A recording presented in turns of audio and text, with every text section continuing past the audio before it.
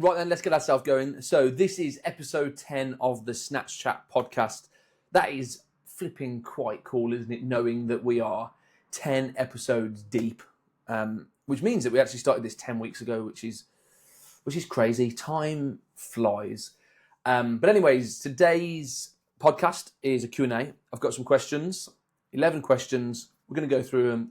I'm going to give you my opinions on these. And hopefully, this is going to help you out. So question 1, why does my clean feel strong, but I still struggle to stand up out of the squat position? Okay, so here it sounds like you've got quite a good, strong pull off the floor. You sound like you are holding good positions. You've got a good technical backing. But the biggest limiter here is your leg strength, okay? How close is your clean to your front squat? I always say, again, it's a general rule of thumb. Everyone is totally different. But on a general as a general rule of thumb, you want your front squat to be 10 to 15%, maybe more, heavier than your clean. That would then show us that you've got the legs behind you to actually stand this up. If, for example, this person that's asked this question has got a front squat that is 10, 15% heavier than your clean, the weight that you're trying to clean here, that would then tell me that the bar is dropping onto you and that is causing you to lose the brace, and that's why then you're struggling to stand up. So on an outside point of view, the first thing here is that you need your leg strength to be better. When we then start to look at this in a deeper position, is your front squat 10 to 15% or more or higher than your actual clean? If it is, perfect. If it is, that would show us then that's more of a technical issue and the bar is dropping onto you, losing or causing you to lose your brace. Okay, hopefully that makes sense. So, simply put, you need some strong legs, 10 to 15% more than you clean. If that is the case and you're still struggling to stand up, it's a technical aspect. The bar is probably dropping onto you and you're losing bracing. I've just spent 2 minutes going around that same question, but hopefully the one of the 3 ways I've tried to explain it makes more sense to you. Question 2, cheese and pickle or cheese and tomato? I think it's simple. It's cheese and pickle. I don't understand why anyone would want. Well, I'm assuming this is a sandwich, cheese and pickle sandwich, cheese and tomato sandwich. I don't know why anyone would want a cheese and tomato sandwich. You know what? As much as I like tomatoes, I just think tomatoes on bread is just a little bit weird. Just a bit too wet for bread. No one likes mushy bread. Definitely not me. Question 3. What should a good training week include if your main goal is improving technique? Okay, so your general program will probably start with a primer-based movement. Then you'll go into your main section of the lift. So that might be snatches, cleans, jerks. And then you'd have some sort of element of strength, whether that's squatting, pulling, or pressing strength.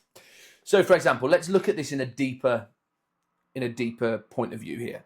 You train 3 days a week. The moment where you are in your program, you're looking to develop better strength. You could literally go, day 1 is snatches, day 2 is jerks, and day 3 is cleans, okay? I'm assuming if your goal is to improve technique, we have big technical areas that we want to try and break down. So solid days, looking at these to start with, is probably a good way of doing it. Snatch day, you're going to have a snatch primer. You are looking to try and develop the understanding of pulling into that bottom position. Your primer could be something like a drop snatch to get the speed into the bottom. It could be a high hang snatch just to work on that vertical dip, jump and drop. Whatever that technical primer is, whatever the area that you're trying to enhance, that's what your technical primer is going to be, at a lighter percentage. And then you'll go into your main block of work, which is, argument's sake, it's just a standard full snatch, okay? It's a standard snatch looking to try and go over what you've just done in your technique primer. And that stays exactly the same for jerks and cleans, okay? Jerk primer, jerk base movement, clean primer, clean base movement. Snatches, you might want to start the week with back squats, With the jerk base session, it might be push press, and then with your clean base session, you're going to be working on clean grip deadlifts. Okay, so you're working on positions. Again, from there, you might then look to try and lift more than once a week. So your first session might be snatch and jerk. Second session might focus on, let's say, cleans and snatches again, and then your third day would be snatches and clean and jerks. Okay, so there's different ways you sort of want to look at it. If you are a beginner, you probably only want to really lift once a week, but dedicate that whole session to that. And then once you've done a sort of cycle of that and you can see progressions within the movements, that's then when you're going to start to look at snatch and clean and jerk. Twice a week, maybe 3 times a week. I always find that snatching 3 times a week in a 3-day program is better for the majority of lifters because of the higher demand, fatigue and stress that the clean and jerk demands on the body. And doing clean and jerks 3 times a week potentially is just a little bit too much for a lot of people, but you'll probably find that you can withstand snatching 3 times a week. And then, yeah, that's how I would start to layer up your program. Don't go full hog, snatch, clean and jerk every single session to start with, when you may be new to the sport and you need to really start to hone in on those skills and dedicate that full session to understanding what you need to do. Okay. Question 4. How important is bar path really, and should lifters obsess over it? Bar path gives us a lot of information on how close the bar is staying to an athlete. I think sometimes that you can obsess over something like bar path that won't necessarily give you much feedback in response. Working from filming stuff from a 45-degree angle, you'll be able to naturally improve your bar path. I think there's things that you can do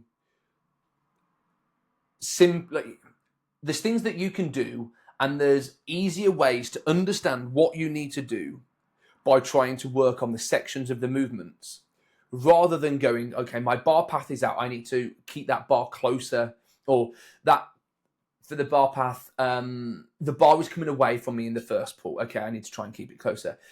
You're better off thinking, okay, I want to make sure that bar is painting the shins, not ripping the shins up, but painting the shins. I'm going to push through the center of the foot and maintain my back angle. Okay, because these are the things that are going to help you learn the feel and understanding of the movement, rather than looking at what this bar path is doing and you trying to correct this, because you'll probably do more wrong obsessing over bar path than the actual movement itself.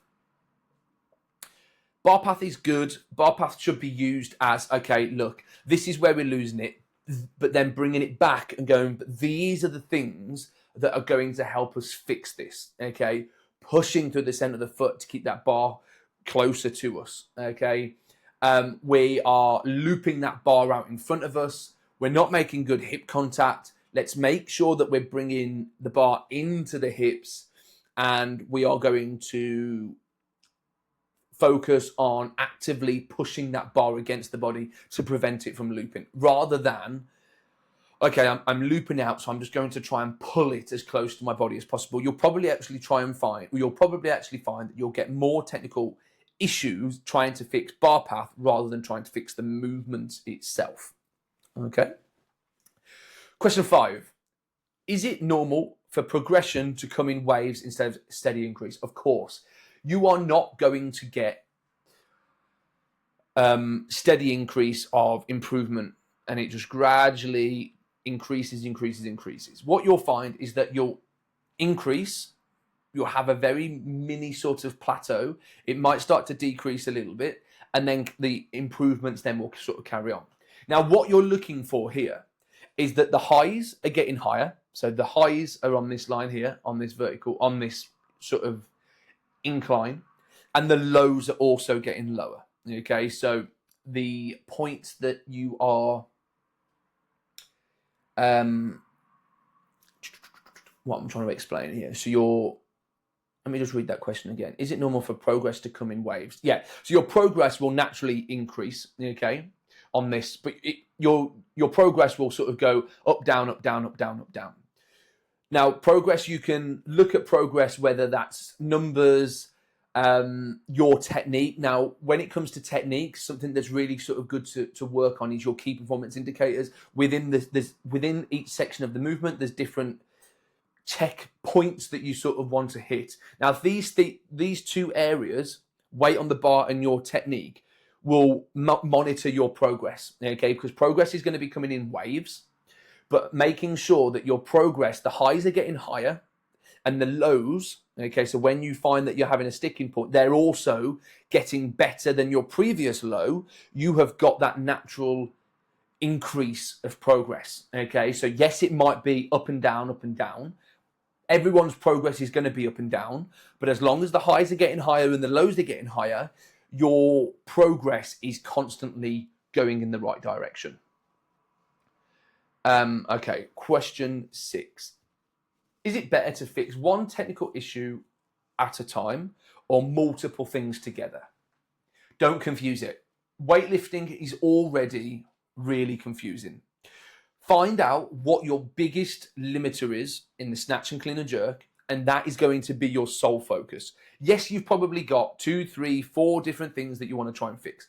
One of them, normally the first issue that you face within that movement, that is the thing that you are going to fix. 9 times out of 10, by fixing that first issue that you find within your movement, you will then naturally progress or naturally improve the other areas that you wanted to improve.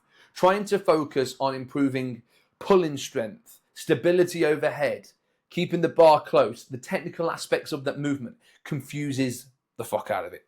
Okay? Choose what is the biggest thing that is holding you back. Technique. The bar isn't staying close to me within that first pull, it's coming away from me. You will then focus on that one area by tightening up that biggest issue, that first biggest issue that happens within the lift, will then tighten up all the other areas. Once you've done a 16-week program, you do a 1 rep max again, you highlight what your next focus should be. That will then be the focus, and then you'll have multiple other areas that then will start to get tightened with that issue that you're trying to fix. Hopefully that makes sense. So, question 7. How long should you stick with a technical change before deciding if it's working? How long should you stick with a technical change before deciding if it's working?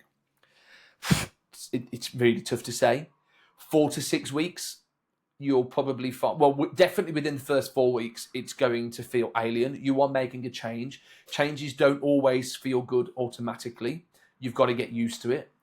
6 weeks time, you'll probably start to find that it's now embedding. You're doing some good reps and a bunch of poor reps where you can't maintain that technical change.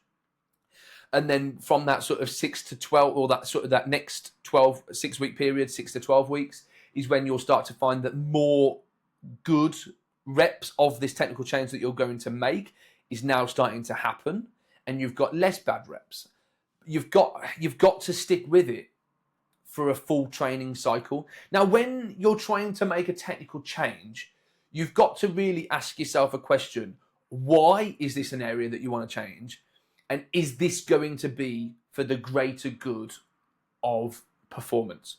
Are you going to get more out of it? Okay? Or are you making a technical change because it's what other people are talking about, or it's what an elite level athlete is doing? You've got to look at what your movement is and what you think is holding you back. Okay? And before sort of jumping in and going, okay, this is the area that I want to try and fix, I would always say, go and get another opinion. Ask a coach. Ask someone that is also lifting. What do you think about this? Is this, this is what I think I'm going to sort of look at doing within my next training. What's your opinion on this? Get some sort of conversations going and understand someone else's point of view on what your weaknesses are and the areas that you need to try and work from. going in dark or going in on your own in a sport like weightlifting is really hard. It's a really complex sport. You will find that some technical changes are more style based compared to these technical changes are actually going to get the benefit. You're going to gain a benefit out of it. Okay. And you've got to make sure that the technical change that you're really trying to expose within your program is actually going to be of benefit. Okay. I had a lifter who started with me back end of last year. Her split jerk. Now, again, this is different. This is a grey area.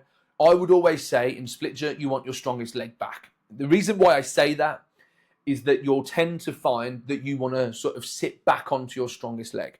When your strongest leg, your most dominant leg is your front foot, often what you'll find is a lot of people are driving forwards because they rely on that front leg, creating instability overhead. So this lifter had their strongest leg as their front foot. I pointed out the reasons, okay, why I wanted to make this change. Look at how you're receiving this bar. That knee's tracking over the toe. You're shifting your weight forward. That bar is coming forward. That's why there's so much of a difference between your clean and your jerk. So we went to work with changing the foot over. First 4 weeks, alien. Like literally Bambi on ice, skating everywhere, finding it really hard. Then you'll start to see it starts to creep in. Week 4 to week 6. Now you're starting to see that this movement, okay, look, that knee now is not tracking forwards. We've got a nice bend in the back knee. You're actually staying within that movement. We then look at the bar path. We see now that the dip, drive, and receive of the bar is near vertical throughout the whole of the movement, as opposed to before, vertical dip, drive, and then we're driving forwards and pushing that bar forwards over the front leg into that receive position. Now, okay, we are what? Probably 14 weeks into this training cycle. She's now hitting PBs. It's absolutely solid. And the jerk is probably now stronger than the clean. Okay. So that is an element of these are the points why we need to make this change. And that's what you've got to try and having a reason why you need to make that change. Next question. Question 8. Do you need perfect mobility to have good technique? No. You need good mobility. Always do mobility work within your warm-ups.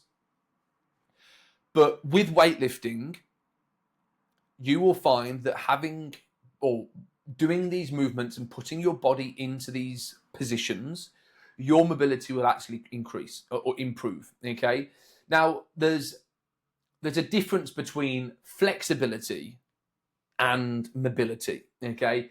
Flexibility, you can't touch your toes. Mobility, you are now struggling to get into a good squat position. Okay. As you're sort of lowering in, you can't track your knees over your toes. Your lower back is rounding. Okay. So there's areas here within that squat that we need to improve. So you need to improve elements of flexibility. Okay. But there's also the area of mobility is mobilizing the joints to actually help you here. So you might find that your knees can't track forwards because your calves are quite tight. So you'd look to improve the flexibility of your calves whilst also improving mobility in the ankles and the hips. Stretching out the hips, stretching out the glutes to actually alleviate the tension around these joints so you can actually free up that squat. But by putting yourself into the positions needed for the snatch and clean jerk, you'll find that your mobility overall will improve. Okay. So I'm just trying to think of an example here. Okay. So for an example, when I get in the car, literally, this is a legit true story. I really struggle to reach behind me to get my seatbelt. I'm just tight in that position. Okay. I literally have to leave the door open or wind the window down to actually reach round to get the seatbelt. I can do a very, very good deep squat with ease. feet are flat on the floor, knees track over the toes. I can go into an overhead press. I can do a Oates press. But doing smaller base movements that aren't weightlifting would show me that I am tight and I need to work on flexibility, which is true. I still work on those areas. But you'll then find that I've got no mobility issues, so to speak, when it comes to the weightlifting movements. And that's because an element of improving mobility is also improving strength in these end ranges, okay? Holding a deep squat without your lower back rounding, you might find that by doing squats, core work, pulls is actually going to improve your posture and improve your strength to actually hold these joints in a better position to actually execute a squat.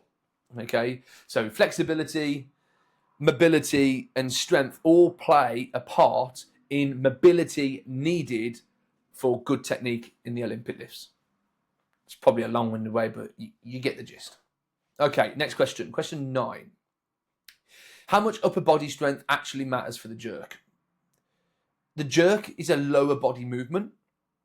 Yes, okay, we talk about adding into your program strict presses, push presses, things like that. The jerk is not a press, okay? It's literally a vertical jump. But having good overhead mobility, also overhead strength or upper body strength, is going to help you stabilize heavier bars overhead. So to get better at jerks, you still need good legs, but you're looking to sort of do push presses to focus on generating force through that sort of dip and drive and into triple extension. But you're not going to get much of a carryover that, I'm now grinding out a 130 push press. That means my split jerk is going to get better. You've now got a better dip and drive, which is brilliant, and you'll be able to take more weight up, but you still need to work on the stabilization of that. So doing pulls and presses and different variations of pulls and presses is going to help to strengthen the stabilizer muscles to actually hold that weight overhead. Question 10. Are accessories really necessary, or are main lifts enough? Definitely not. Main lifts aren't enough. If you only go in snatch and clean and jerk, back squat and deadlift, you will find that you will have more issues than none. Okay? You will find that all these heavy pulls are now causing lower back sort of discomfort, and that's because your core muscles haven't necessarily been tested and, so to speak. By not working on overhead strength, you've now neglected your shoulder health. Okay, so you're going to get niggles there. By only ever doing heavy squats, you'll probably find that your knees hurt, or it generally doesn't feel much stronger than it did when you just solely focused on squats, because we haven't worked those accessories that support that movement. So you probably need 1 to 2 accessory based movements in each session. Okay, accessory based movements could literally be bent over rows, pen lay rows, one arm rows, pull ups, lat pull downs, bent over rows, T-bar rows, seated dumbbell press, Cossack squat, some sort of split squat variation, because everything that we do in weightlifting is, together. So unilateral, individual leg, individual arm, unilateral arm stuff is really going to sort of help improve and stabilize the main lifts themselves. Question 11. I said there was 11 questions. There's not 11 questions. There's 14 questions. So question 11. How do you know when it's time to push hard versus back off and rebuild? How do you know when it's hard to push? How do you know when it's time to push hard versus back off and rebuild? You've got to look at the percentage that you're lifting at. Are you now making light work of 85% triples, snatches? Are you able to go 85, 90% for a clean and jerk double? If so, these are probably signs that you want to sort of carry on and push on, okay? If you're finding that your consistency is lacking at 80, 85%, things aren't feeling strong, you're now developing, you don't feel sort of as stable overhead, you're struggling to back squat triples at 85%, you probably want to sort of take it back, have a bit of a deload before sort of pushing on, or having an extra cycle within your program that overlooks these sort of, or carry on building on these positions, but looking to try and push it a little bit further. Okay, so you've now struggled snatching 85% for a triple. Fatigue, things are breaking down. Let's build this back down to an EMOM, and we're going to go for a 15 to 20 minute EMOM. We're going to be working at 80, 85%. Over the next sort of 4 weeks, what we're looking for is less reps at 8% and more reps at 85%. From there then, okay, can we now nail doubles at 85%, working up to, nailing 85% doubles before then seeing if you can push on for doubles or singles around that 85 to 90% mark. So you're constantly looking to see where your consistency lies within your program. Things are feeling good, 85 to 90%. You can hit triples and double clean and jerks, triple snatches that was. Look to push on. You're probably ready to work at those slightly heavier weights and go for a 1 rep max. If you're struggling to build consistency, things that you're failing 50% of the time, bring it back down, open up, build a stronger foundation before then you build on top of it. Question 12. Can training too heavy, too often actually make your technique worse? 100%. For example, you want to build a capacity. Following on from the question before, if you want to build a capacity around 80, 85%, that doesn't necessarily mean that every training session is going to be at 80, 85%. There's different ways that you could look at this. If you are training heavy often, you are training 3 days a week and every session is heavy, you won't do that. You won't be able to do that for very long. You're going to hit overtraining. You'll then start to find that you're hitting that brick wall faster. Okay, everyone has only got a certain amount of capacity that they can push. Push too much and you haven't got a big capacity, you'll find that you'll hit that wall soon. You might find that you could have a really heavy day, a light day, and a moderate day. That heavy day could be the end of the week or start of the week, wherever you feel the strongest, with a moderate day in the middle or a light day in the middle before then your next sort of day.